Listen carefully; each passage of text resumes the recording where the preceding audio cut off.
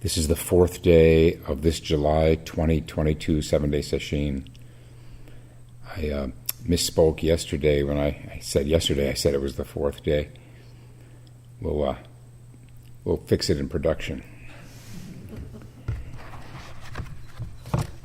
I'm going to switch horses here and go from the Japanese Zen master Muso Kokshi to 100 years earlier, Chinese Zen master Yuanwu.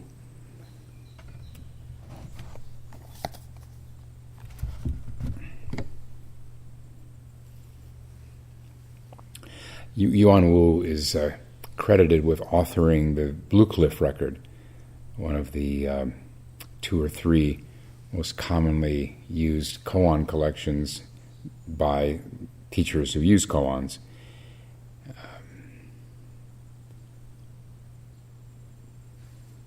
I dipped into this in the last session. I'll, of course, be reading other segments of it, but I won't go into his biography. This is from a book called Zen Letters, Teachings of Yuanwu, translated by J.C. Cleary and his brother Thomas Cleary.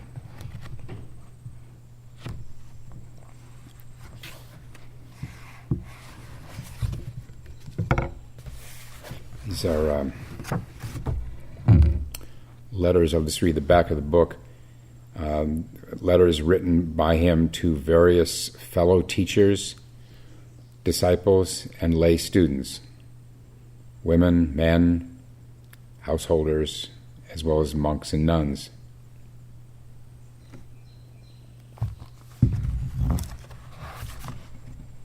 And here we are, Yuanwu. By even speaking a phrase to you, I have already doused you with dirty water. It would be even worse for me to put a twinkle in my eye and raise my eyebrow to you, or rap on the meditation seat, or hold up a whisk, or demand, "What is this?"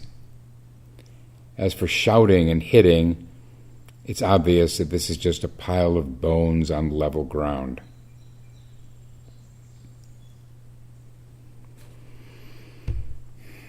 Can so relate to the sentiments he's expressing here by speaking even a phrase. I've already doused you with dirty water.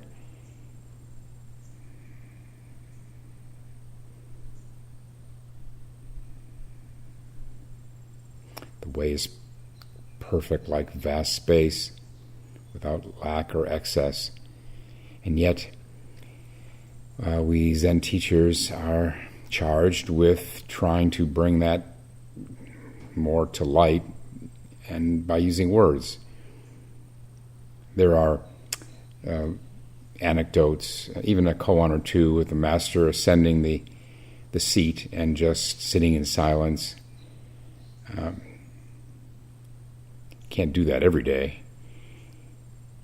And so we have these texts by these illustrious masters to comment on, knowing that sometimes for some people it can muddy the waters,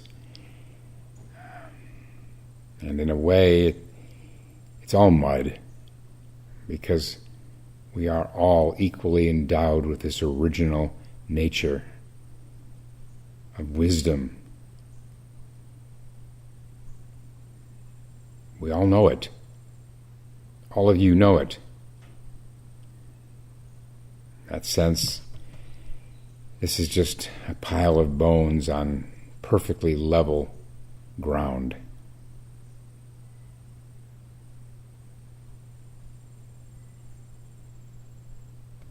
These examples, put a twinkle in my eye, raise my eyebrow to you, and so forth. They're just little ways of devices, but he's even rejecting these things. Not rejecting him because he goes on speaking, but just acknowledging that there's a real contradiction here to try to clarify what in all of us is 100% perfectly clear.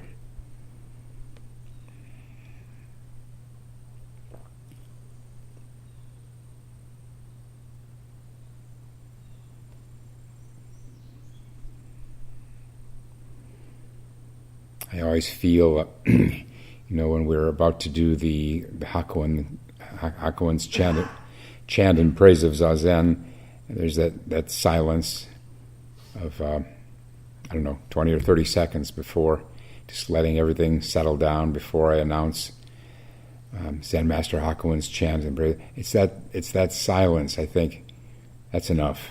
It would be enough.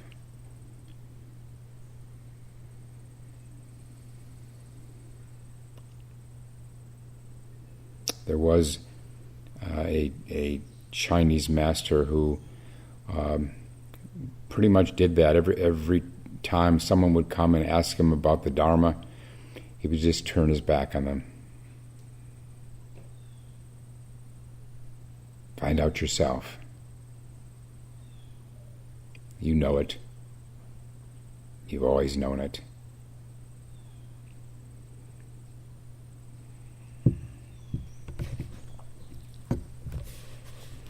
And yet, here we are.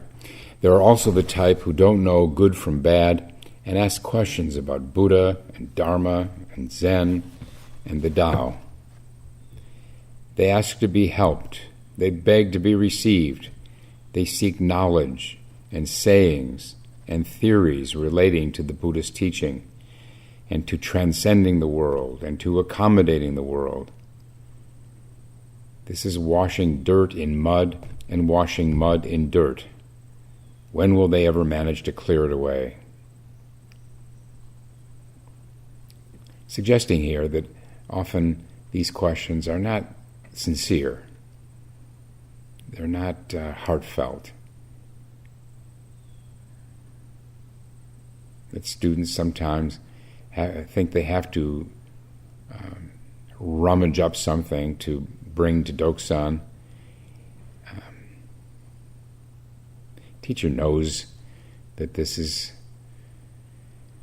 a device that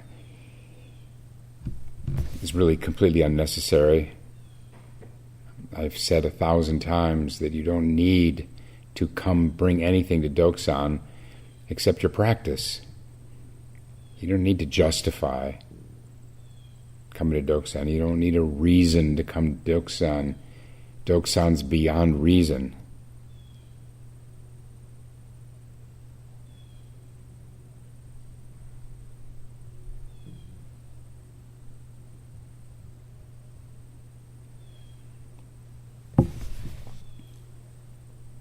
Some people hear this kind of talk and jump to conclusions, claiming, I understand. Fundamentally, there is nothing to Buddhism. It's there in everybody. As I spend my days eating food and wearing clothes, has there ever been anything lacking? Then they settle down in the realm of unconcerned ordinariness, far from realizing that nothing like this has ever been part of the real practice of Buddhism. It is, as a thought, awakening reveals that fundamentally there has never been a single thing. And it is in everybody. And there has never been anything lacking. True, true, true. But then to have not confirmed that through one's own experience, but just utter these kinds of things that they've learned, that's what Yuanwu is referring to here.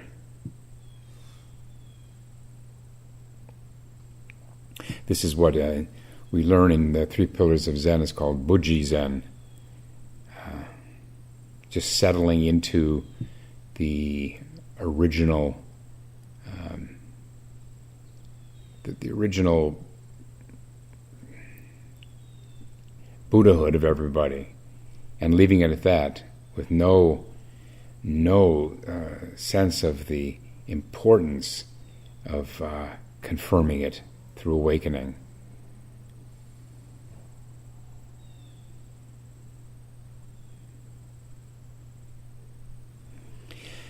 He continues, so we know that you must be someone genuinely within the tradition before you can be fully familiar with the fundamental portion of the vehicle of the school that has come down from time immemorial. If you really have an entry into enlightenment, then you know when to start and when to stop, when to advance and when to withdraw, and you can distinguish what is permissible from what is not.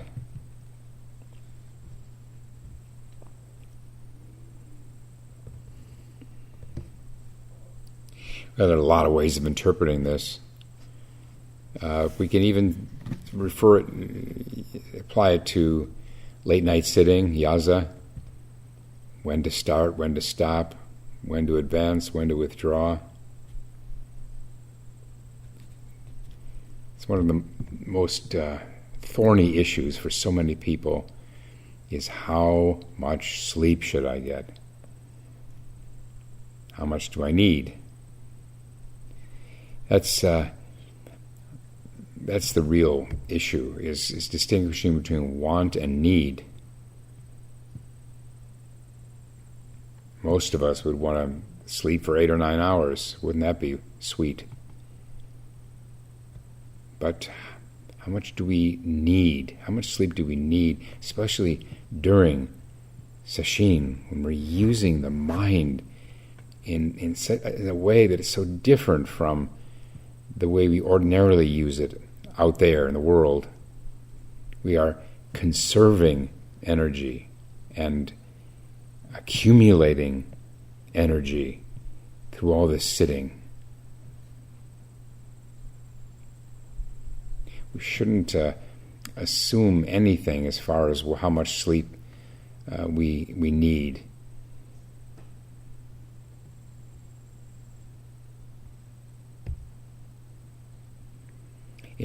The challenge is to have an open question each night at 9:30, or later. Also, is how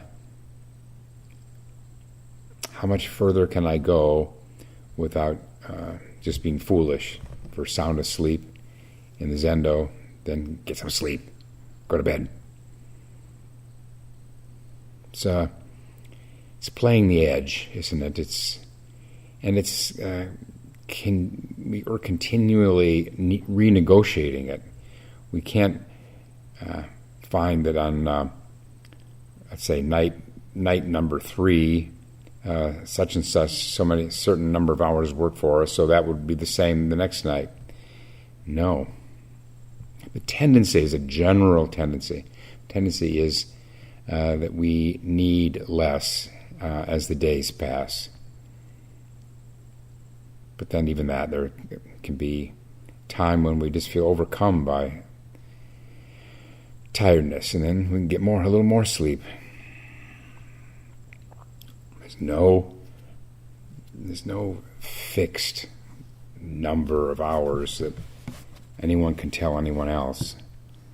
The important thing is to be open to it.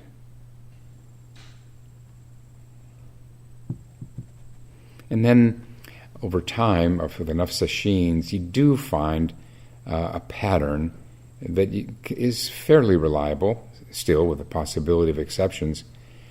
Find out maybe when you work best, when it's the quality of the sitting is better than other times during the night, or it just sorted out to some degree after a while still acknowledging that it can be different each night.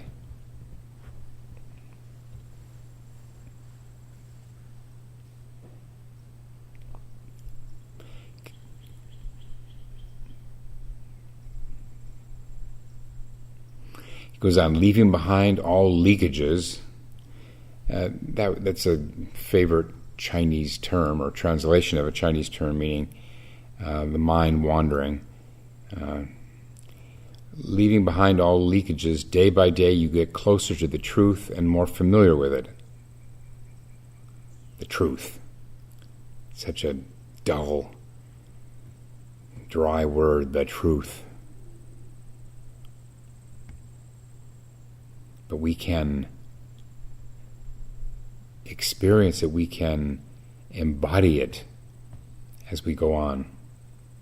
You can start by saying if it can't be the truth, if it's thoughts. As you go further, you change like a panther who no longer sticks to its den. You leap out of the corral. Then you no longer doubt all the sayings of the world's enlightened teachers. You are like cast iron. This is precisely the time to apply effort and cultivate practice and nourish your realization.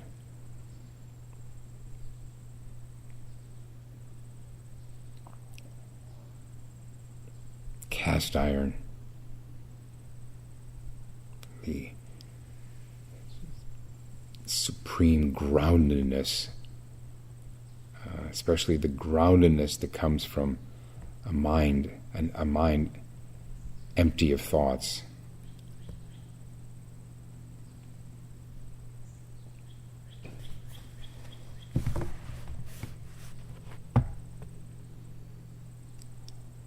After that, you can kindle the inexhaustible lamp and travel the unobstructed path. You relinquish your body and your life to rescue living beings. Liberate, let's say liberate. You enable them to come out of their cages and eliminate their attachments and bonds. You cure them of the diseases of being attached to being enlightened, so that having emerged from the deep pit of liberation, they can become uncontrived, unencumbered, joyfully alive people of the path.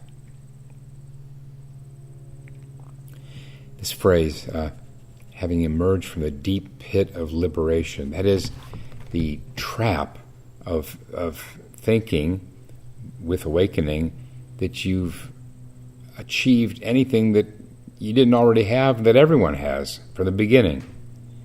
That is any odor, any Zen stink of attainment, specialness. It has to go in order to be uncontrived, unencumbered, joyfully alive people of the path.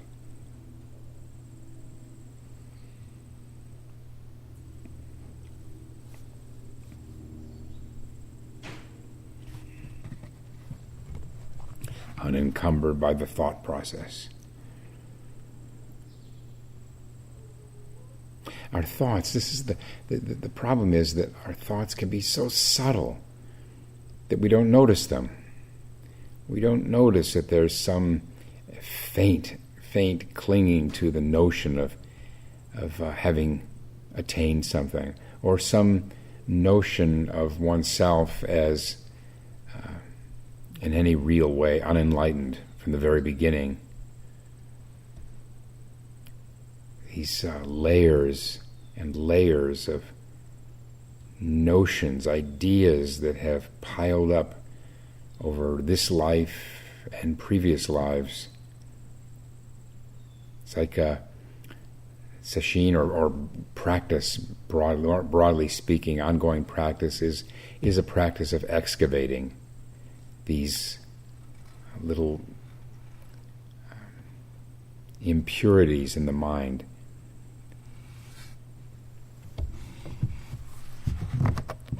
Ideas we cling to that we don't know we're clinging to.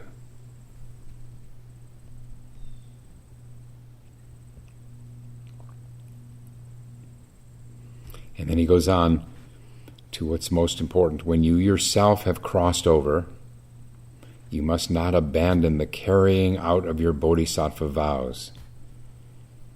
You must be mindful of liberating all beings, and steadfastly endure the attendant hardship and toil in order to serve as a boat on the ocean of all knowledge.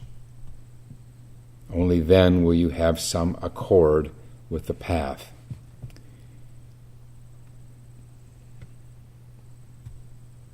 He's talking about the mandate of a teacher. Be mindful of liberating all beings, steadfastly endure the hardship and toil in order to serve as a boat on the ocean of all knowledge, a ferry that you can guide other beings across. But not only teachers, we can apply it more broadly to anything in practice that we've realized, even short of awakening. We have the responsibility of somehow using it to help others, sharing whatever we've acquired, or rather, in Zen terms, whatever we've lost, whatever we've gotten free of, to extend that out to others.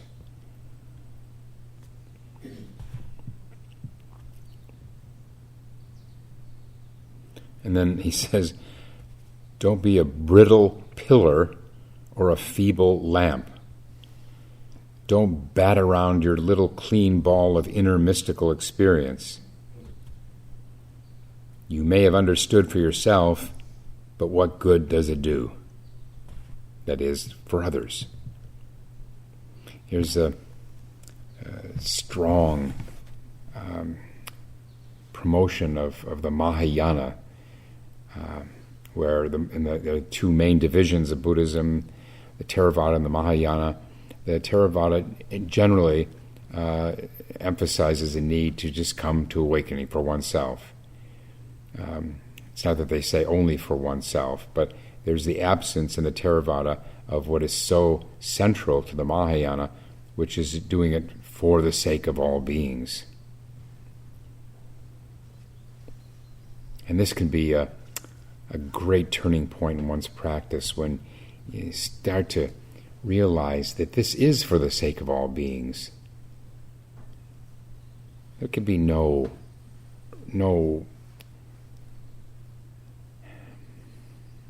resolution if it's just for oneself. Who would want that? Who would be at rest if, even with some awakening, as long as there are so many billions of people suffering all over the world? How can that be any point of rest? We have to find ways to extend ourselves, reach out for others, to others. If anything, through ongoing practice, we become more sensitive to others' suffering.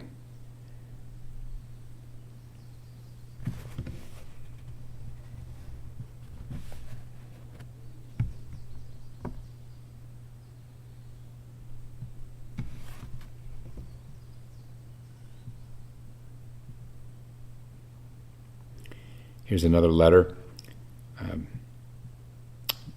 Brave, spirited monks possess an outstanding, extraordinary aspect. With great determination, they give up conventional society. They look upon worldly status and evanescent fame as dust in the wind, as clouds floating by, as echoes in a valley.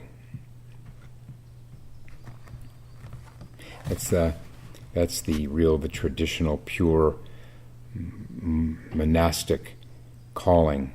But it's also, to a lesser degree, it's also present in those who are getting ordained. They give up conventional society. They look upon worldly status and evanescent fame as dust in the wind.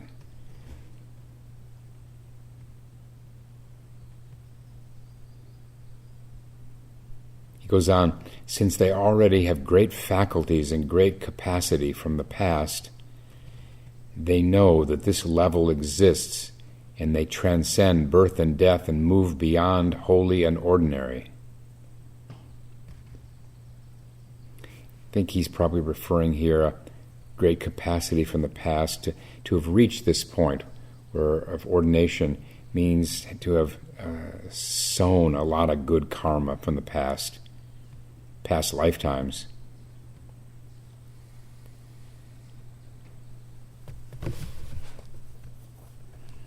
This is the indestructible true essence that all the enlightened ones of all times witness, the wondrous mind that alone the generation of enlightened teachers have communicated.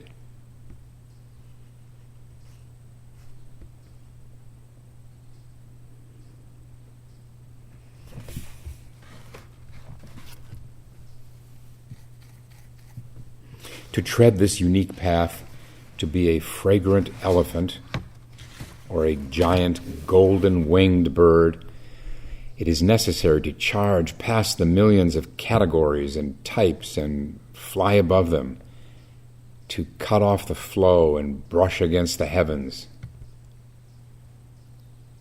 How could the enlightened willingly be petty creatures confined within distinctions of high and low, and victory and defeat, trying futilely to make comparative judgments of instantaneous experience and being utterly turned around by gain and loss? He's pointing to quite a lofty state of attainment here. Freedom from these dualistic worldly concerns that dominate the minds of most people.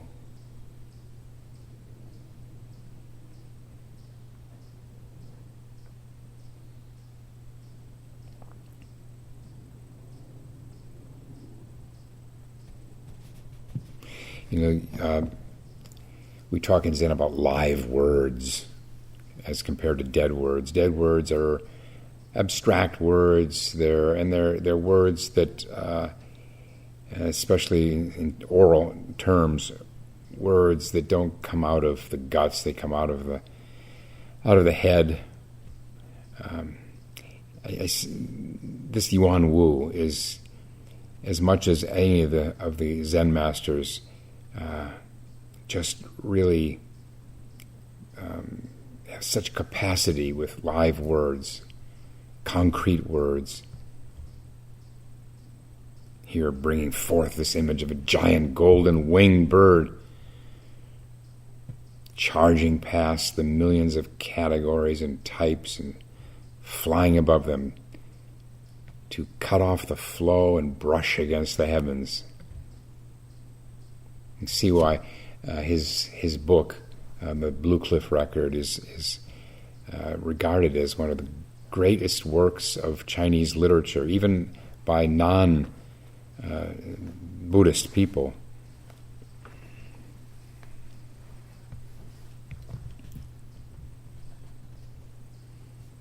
He goes on, for this reason, in olden times, the people of great enlightenment did not pay attention to trivial matters and did not aspire to the shallow and easily accessible. You have to think of all the garbage that comes in on our news feeds, all the crap of celebrities and snarky comments, all the Facebook carping and nastiness and quibbling. They aroused their determination to transcend the Buddhas and patriarchs. They wanted to bear the heavy responsibility that no one can fully take up, to liberate all living beings, to remove suffering and bring peace, to smash the ignorance and blindness that obstructs the way. They wanted to break the poisonous arrows of ignorant folly and extract the thorns of arbitrary views from the eye of reality. They wanted to make the scenery of the fundamental ground clear and reveal the original face before the empty eon.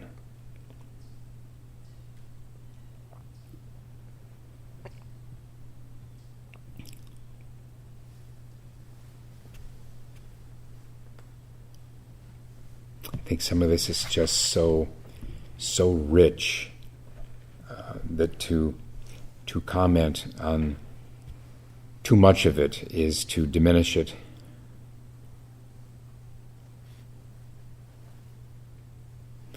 But with this one, this trivial matters, they did not pay attention to trivial matters. Of course, he wasn't referring to anything that I just referred to in contemporary terms, but you could say trivial matters could also be little insights that come up, bubble up during sitting, and making too much of that. Psychological insights, philosophical insights.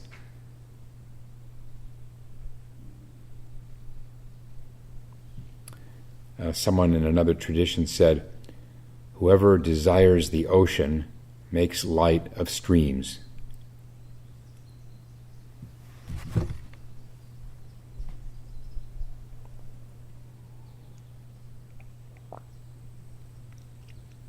See, this basic, uncompromising nature of Zen at its purest, where it doesn't matter what we experience, we just move on. Discard, leave it behind.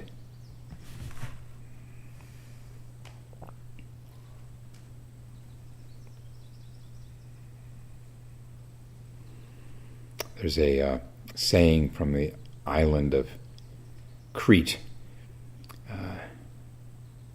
leave where you have succeeded, return where you have failed.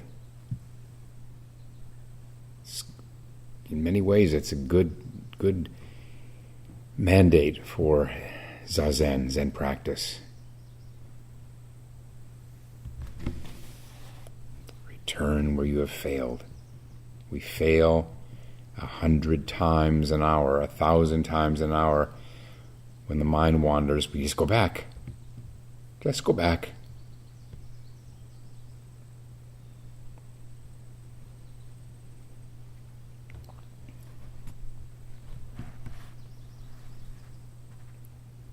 And then he adds, you should train your mind and value actual practice wholeheartedly, exerting all your power, not shrinking from the cold or the heat.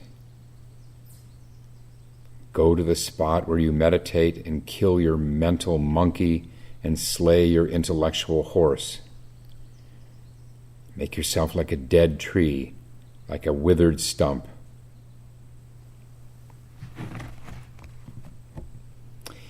Yeah, these can be misleading. These are pretty common terms as referring to the great state of emptying out, like a dead tree, a withered stump. It said with great admiration, this without any grasping, any self. It's beyond self, beyond ego.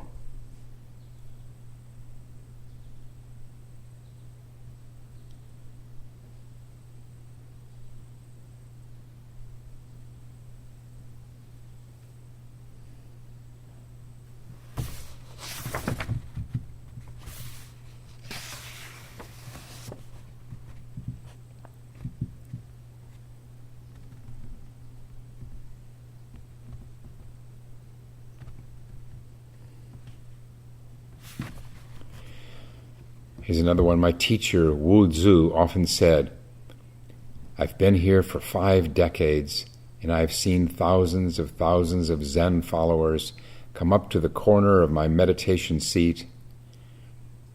Doksan. They were all just seeking to become Buddhas and to expound Buddhism. I have never seen a single genuine wearer of the patched robe. And then Yuanwu comments how true this is. As we observe the present time, even those who expound the Dharma are hard to find, much less any genuine people. The age is in decline, and the sages are further and further distant. In the whole great land of China, the lineage of Buddha is dying out right before our very eyes. We may find one person or half a person who is putting the Dharma into practice, but we would not dare to expect them to be like the great exemplars of enlightenment, the dragons and elephants of yore. And I did read recently that in the 12th century of Yuanwu, the Buddhism in Chan Buddhism in China was in decline.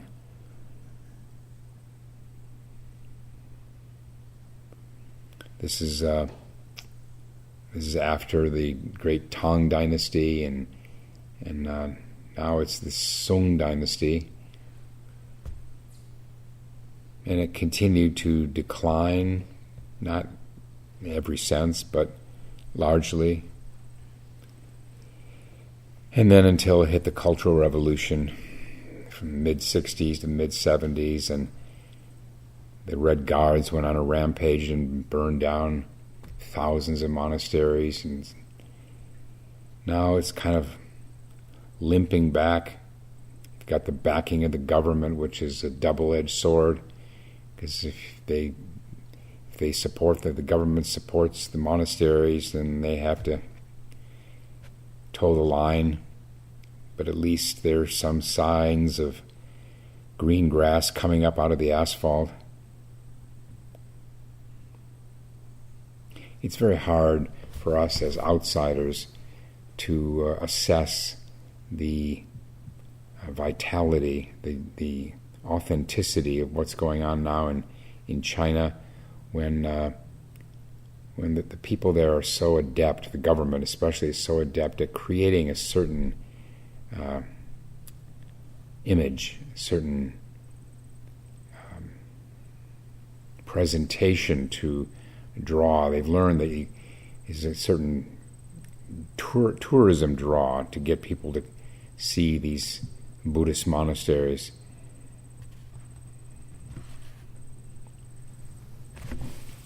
And then some consolation here, he says, nevertheless, if you simply know the procedures and aims of practical application of the Dharma and carry on correctly from beginning to end, you're already producing a lotus from within the fire. Whew.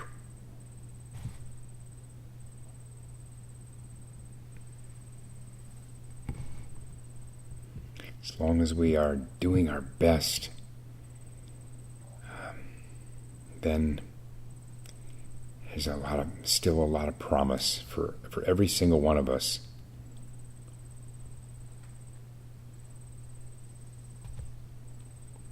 And then to end this letter, he says, you must put aside all the conditioning that entangles you. Then you will be able to perceive the inner content of the great enlightenment that has come down since ancient times. Be at rest wherever you are, and carry on the secret, closely continuous, intimate level practice. The devas will have no road to strew flowers on, and demons and outsiders will not be able to find your tracks. This is what it means to truly leave home and thoroughly understand oneself. Again, talking to monks in this letter. Put aside all the conditioning that entangles you. To be clear, we don't have to put anything aside. It is put aside through our absorption in the practice. It happens on its own.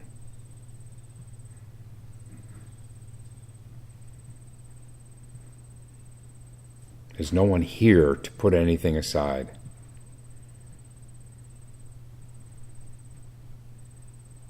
In the hallway outside the Doksan waiting line, there is this magnificent figure of Manjusri, the Bodhisattva of wisdom, brandishing the sword, the delusion-cutting sword of wisdom.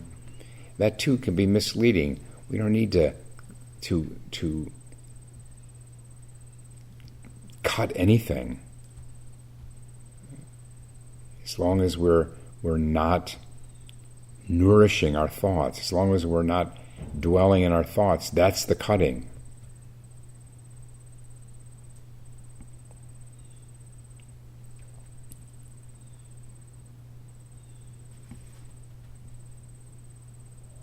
It's a way of speech. It's active. It's lively.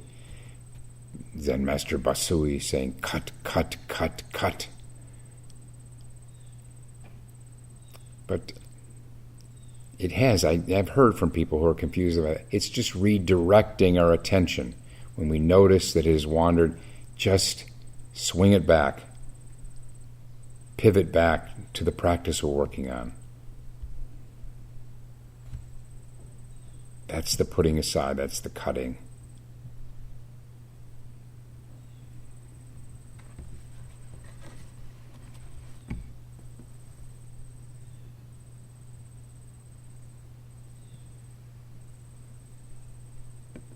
He says, if you want to attain intimacy, and the translator capitalizes that intimacy. You could say samadhi, which is more of a word more from the Indian tradition. If you want to attain intimacy, the first thing is don't seek it. If you attain through seeking, you have already fallen into interpretive understanding. He's just alerting us of the danger of grasping when all we really need to do is just merge with the practice we're working on. Searching, questioning, wondering is not seeking, really. I think maybe it's a fine distinction, but it is a difference. I think seeking implies some goal out there. He says this is especially true because this great treasury extends through all times, clearly evident, empty and bright. Since time without beginning, it has been your own basic root. You depend on its power entirely in all your actions.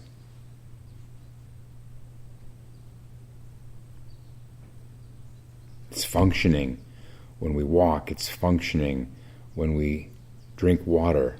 It's functioning when we're washing our hands. It's all right here.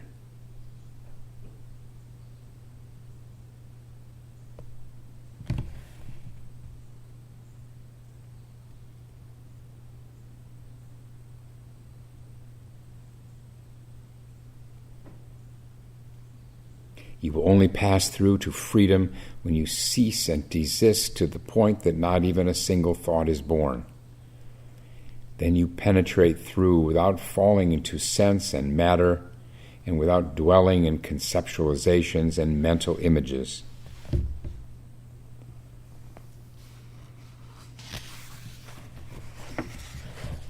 What he's describing seems so... maybe to some people so inaccessible, so remote, but it's not. It is right here. We can just believe this, believe in the practice. That's all it takes. Complete faith in the practice to the exclusion of everything else. Faith in the practice means faith in the process.